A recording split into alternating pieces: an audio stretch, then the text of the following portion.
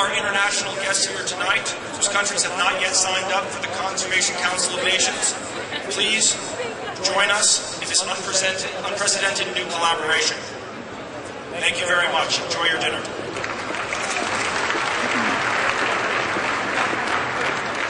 Thank you, John. Well, I can tell. I can hear the sounds of hungry people. I hope you're satisfying some of that. But you know what? I also hear a table over here that seems to be tuned in to what's going on tonight. And I want to thank them, but I want to see what other tables realize. What we're doing tonight is not only important, but we can have some fun.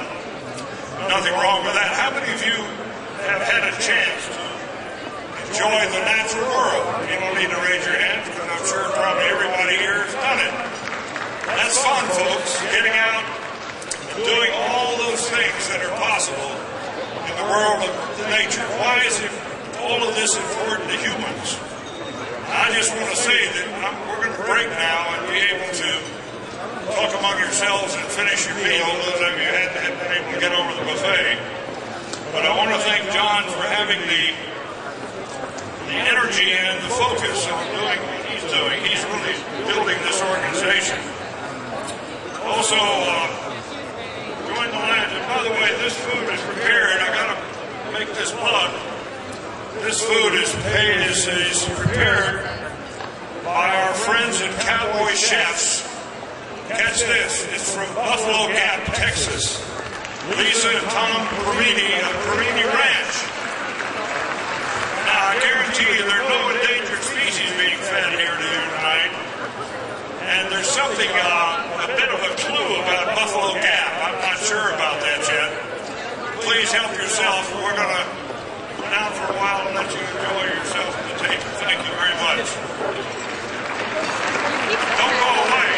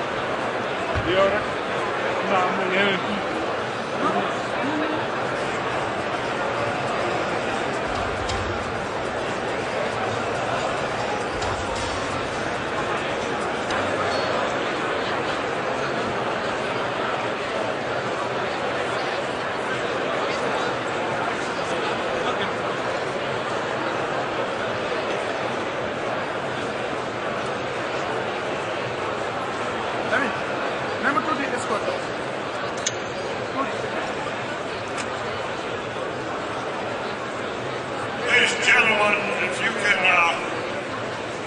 I see dessert is now being served. As if we didn't have enough problem before.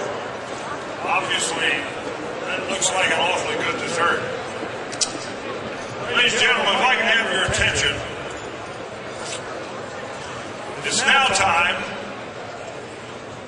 It's now time to get down to business, and I hope you can all, you've enjoyed talking to each other, sharing your stories, sharing your concerns, making contact. But now I would like to try to ask everybody to please focus on what John Gannon is going to talk about next. Ladies and gentlemen, this is one of the most important things facing us, because if we're going to influence public opinion and public attitudes, we've got to have some strong messages. I said that before, but it's high time that we start linking wildlife concerns, wilderness concerns, vegetation concerns with human welfare. It's about time, because we've got to make this one of the, thank you for, I have a plant in the audience that's clapping when I'm doing these things. Ladies and gentlemen, you know, it's time that we elevate how we treat this earth to one of our most important political concerns. We need to have people who will run and be elected in this country based upon their stand on how we treat this earth, so we can all have a quality of life.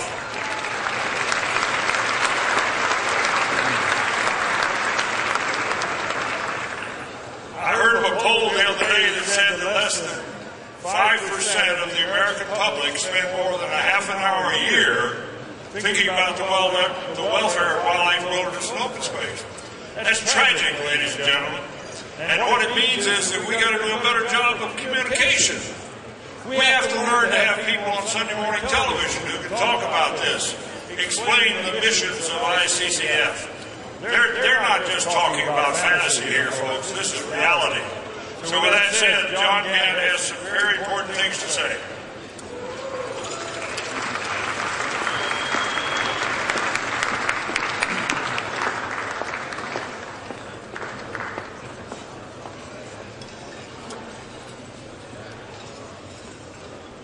Ladies and gentlemen, tonight the theme of our program is natural security.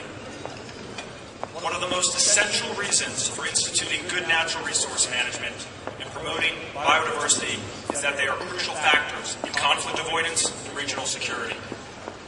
As the U.S. has seen in the Middle East, Asia, Africa, and the Americas, challenges to regional security in another part of the globe can quickly translate into security concerns of our own.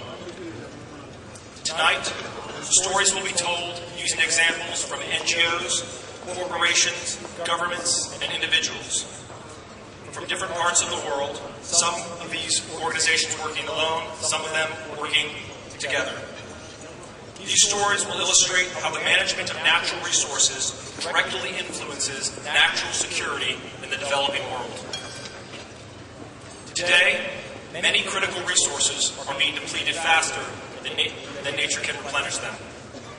With destruction of watersheds, deforestation, and decimation of wildlife and wild places occurring all over the world, nature can no longer provide the natural resource-based incomes or food and water sources it once did.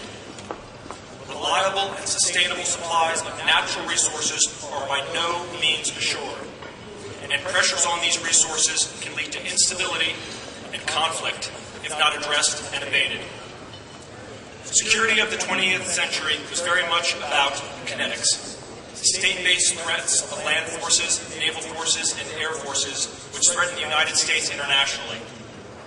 However, the threats from the 21st century will often take a different form. Security in the 21st century won't be merely about kinetics, but about condition-based threats. The forces of nature which create creeping vulnerabilities in the most desperate pockets of the world. The security of nations depends increasingly on the security of natural resources, or natural security. Local communities, as well as the economies of nations, rely on the availability of fresh water, arable land, fish stocks, biodiversity, and other resources to meet the rising expectations of a growing world population. When people are placed in desperate situations, they make desperate decisions. Some turn to destroy the very natural resources that could be used to provide long-term, sustainable livelihoods, while others turn to terrorism or other endeavors such as selling natural resources on the black market as part of criminal enterprises. As natural resources become increasingly scarce due to population growth and unsustainable economic development, resource-driven conflicts will occur with increasing frequency. How we define security must account for these factors, and efforts to ensure U.S. interests must also address natural resource degradation. Not all pressures on natural resources will affect U.S. national security. Many nations are capable of meeting their own resource needs or adjusting to compensate for deficiencies. However, in many cases, natural resources are closely intertwined with political stability and security, especially in the developing world. In this century more than ever, a new paradigm is needed to help us address the linkages between security and conservation. In the most vulnerable areas of the world, people await international leadership, which this audience here tonight represents. The solutions of the 21st century must be adaptable and meaningful. That will only come when we rethink our old perceptions of security, when we open the aperture of conservation efforts, when we understand the many linkages to natural security beyond just our very real love of of wild places and wild animals. We must realize that what we do to protect our natural environment also adds to a higher level of security for us all, and a more meaningful, secure future for those most in need.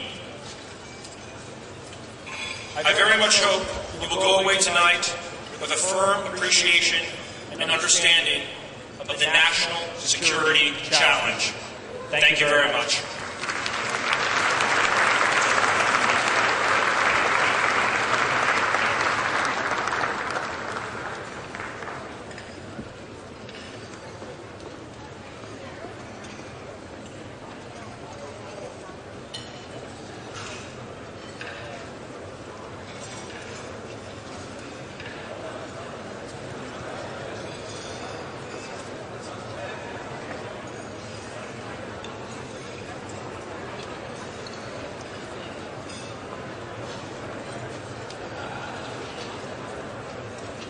That, ladies and gentlemen, is a very important introduction of a fairly new concept in this whole approach, this whole struggle to try to communicate. You know, communication is the challenge of the future.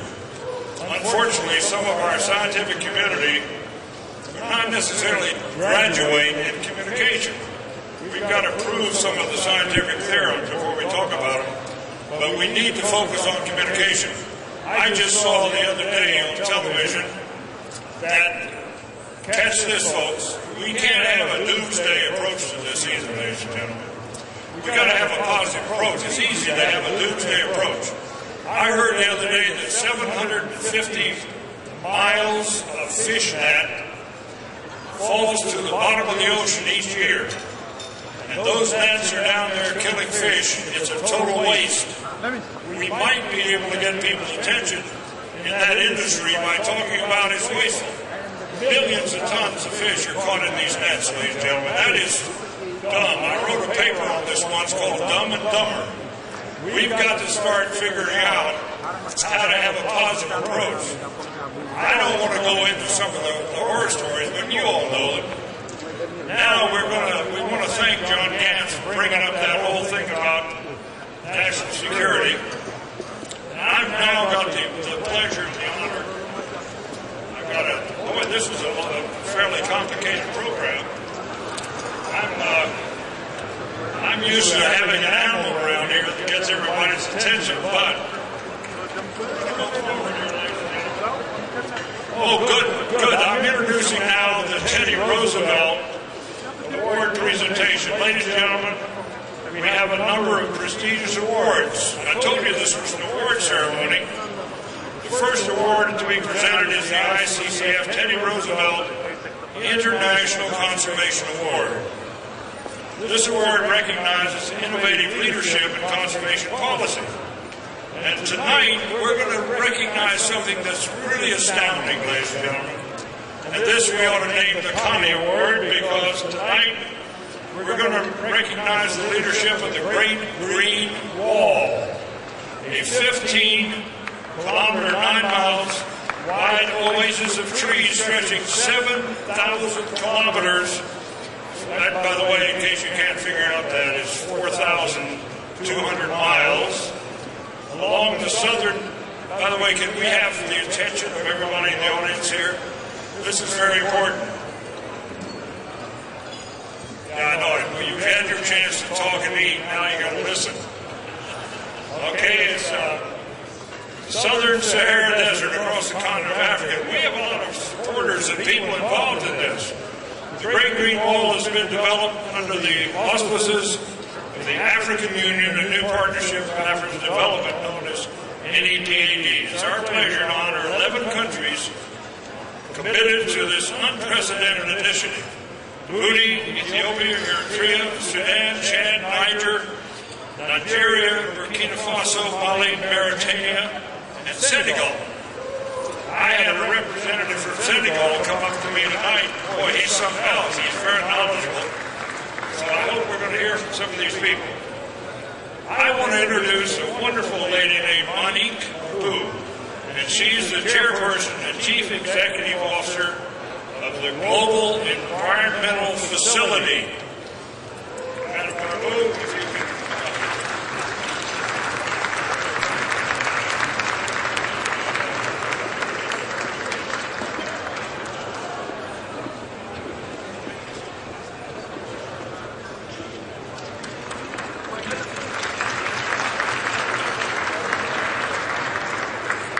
Good evening to all of you. I'm sure that I am not going to be as much fun as the person who just preceded me. But I have to say that GF is very proud to support the kind of forward thinking that you will be hearing more about tonight.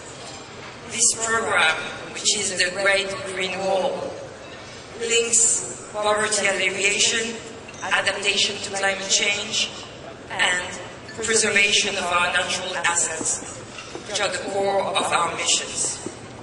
And those 11 leaders of the 11 countries that you heard about have a very important vision. And the initiative that you will be hearing about recognize that having farmable land means engaging in woodland management to fight desertification.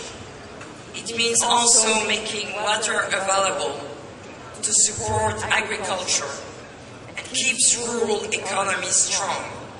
And that by supporting local livelihood, we not only help people to survive, but to thrive.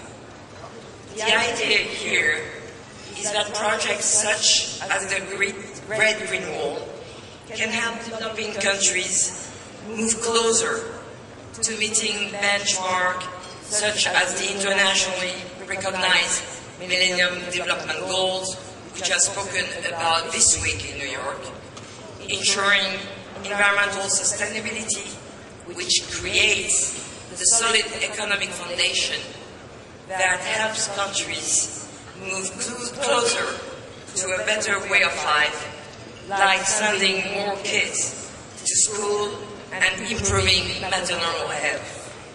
There is indeed a lot at stake. The simple fact is more needs to be done, and it needs to be done much better. We are not talking about simply saving trees or animals. We are talking about preserving resources in a way that protects stabilities inside countries and promotes peace through the world. What we have seen in our project in the poorest countries is that without land to farm and water to drink, the social fabric of a community breaks down, hates, and extremism follow. But there is a better way. It is time to learn from the past and also act for the future. Through a program like the Great Green Wall, we have a rare opportunity for countries to work together towards a positive outlook instead of engaging in conflict over poorly managed resources. Through this kind of coordinated efforts, we can not only safeguard the rich variety that is life, but also combat climate change and generate jobs. As GF is concerned, we do applaud this regional effort. And I would like also to take this opportunity to thank the US government and the Congress for being the GF largest supporter. And we look to your help to meet our shared vision to deliver multiple economic and environmental benefits. Many thanks.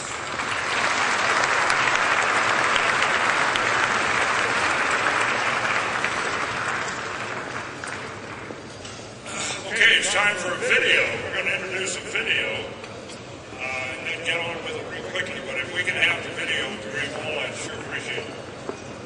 Thank you, Mrs. Madame Corbu. Can we have that video now?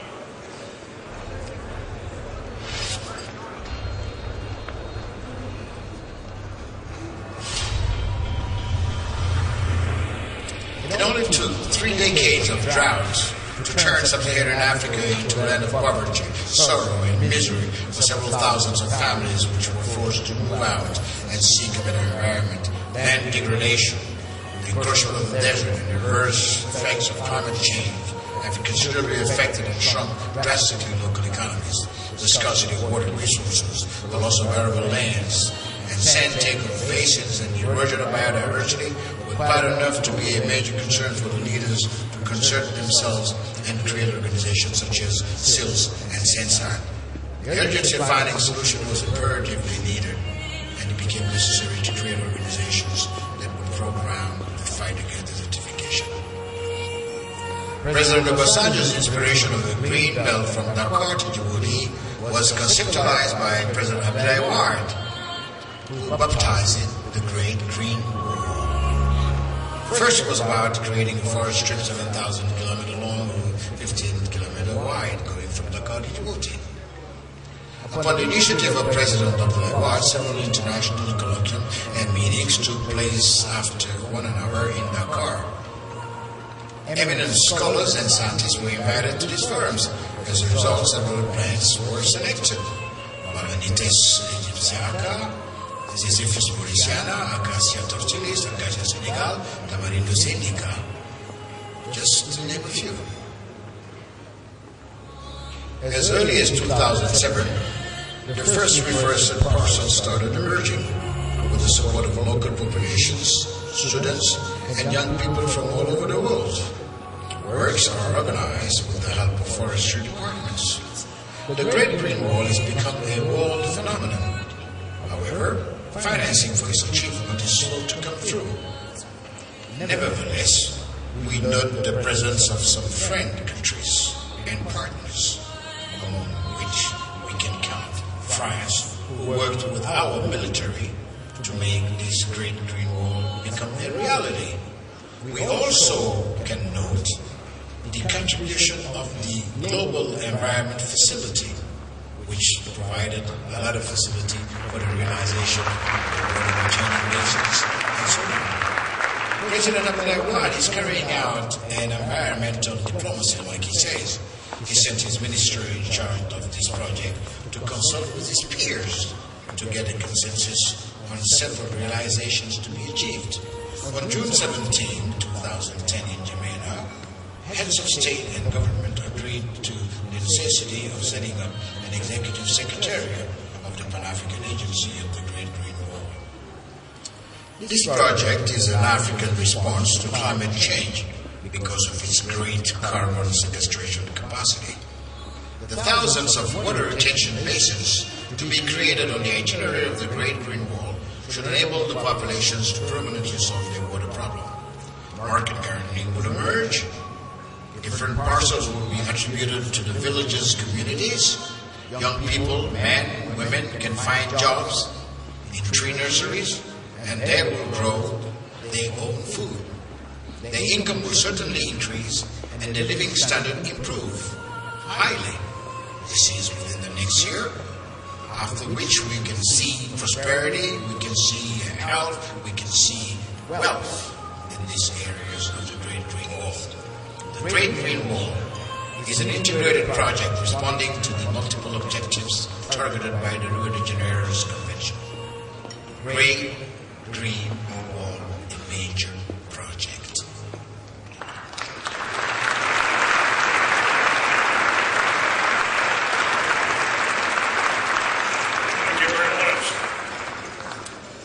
It's my pleasure to introduce ICC founding chairman, John Tanner, who served the U.S. House of Representatives since 1989 and is currently a member of the House Ways and Means Committee and the House Foreign Affairs Committee. Congressman Tanner serves as president of the NATO Parliamentary Assembly in the Alliance Legislative Branch. Representative Tanner.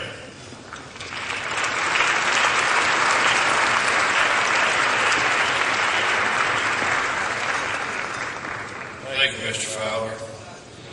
It is a great pleasure to honor the 11 nations of the Great Green Wall Initiative with the ICCF Teddy Roosevelt International Conservation Award and to present this award to His Excellency Wadi, President of the Republic of Senegal, on behalf of the Great Green Wall partner nations.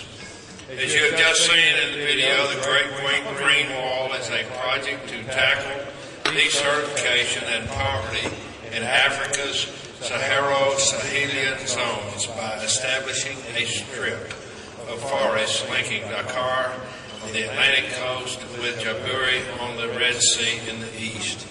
By creating a sustainable physical shield against the desert, the Great Green Wall will not only revitalize the environment, but will also improve the capacity of local communities to benefit from sustainable natural resources in order to preserve their way of life. And it's my pleasure, my honor, to present the Teddy Roosevelt Award for International Conservation to the President of the Republic of Senegal. President Biden.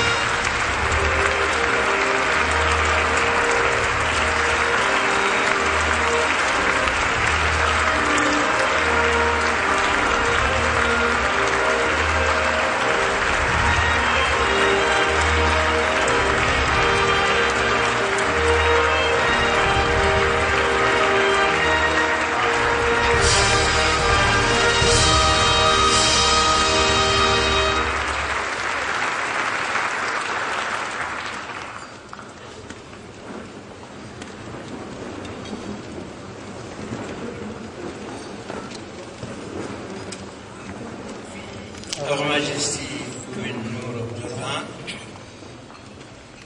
Mr. David Barron, founder of the International Conservation Focus Foundation, Mr. John Grant, President of the Foundation of the International Conservation Focus, His Excellency Joan Elvira, Secretary of Environment and Natural Resources of Mexico, Madame Monique Barbu, CEO of Global Environment Facility, distinguished member of Congress and Senate, dear CEOs and business leaders, distinguished guests, ladies and gentlemen, dear friend, good evening. As you know, I come from French-speaking country, so I will be very indulgent about my English. I am much delighted to be here tonight in Maryland position with members of Congress and Senate to celebrate the annual U.S. Congressional International Conservation Gala held by the International Conservation Focus Foundation. I am honored to be back in Washington, D.C. for such a noble cause as the protection of the environment. Madame Monique Barbu, thank you very much for your kind words of introduction and for the presentation you just finished running on the Great Green Wall.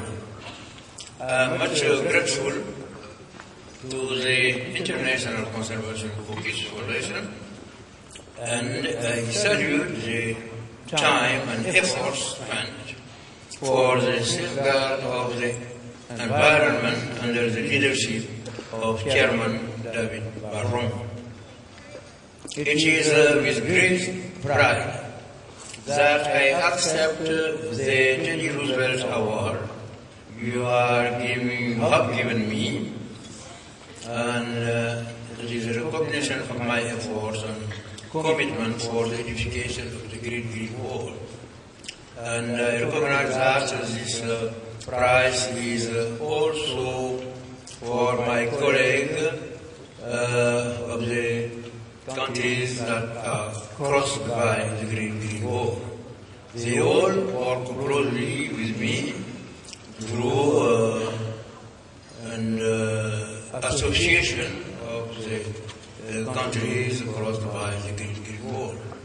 I would like to thank you all in my name, in the name of my colleague, in the name of the African Union, who is the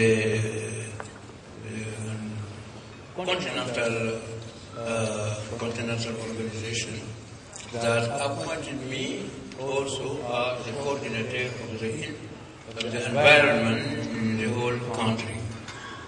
Madam Barbu, once again, thank you very much.